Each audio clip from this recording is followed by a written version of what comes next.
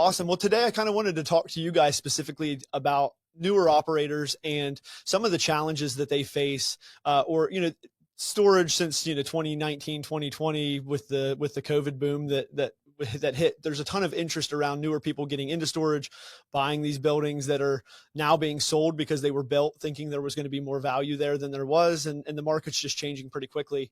What are some of the things that you guys are seeing with newer operators that are purchasing facilities and some mistakes that they're making as they're maybe making their first purchase?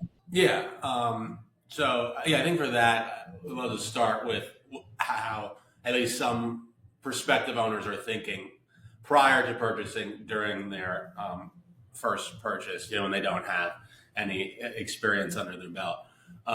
Most folks are using brokers, and then they are relying on the broker pro forma.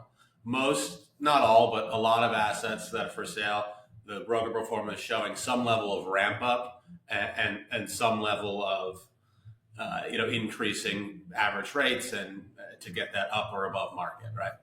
Rolling out tenant or insurance programs like these things are all typically in the broker pro forma. But then you need a real sort of concrete plan for how to do it.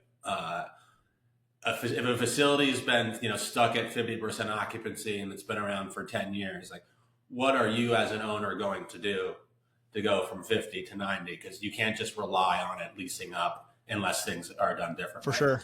So a lot of times we'll see people come in and realize that's just a little more difficult than I thought or I budgeted for. And, particularly in today's environment, storage assets are selling at, fairly high prices on sort of any metric, right? So there's not a lot of room for error.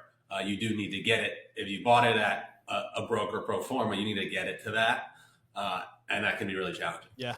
Yeah. I've never seen an offering memorandum show a facility stuck at 50% occupancy. Right. So, it's not to say that they're BS, you just got to understand what's it going to take to get it there.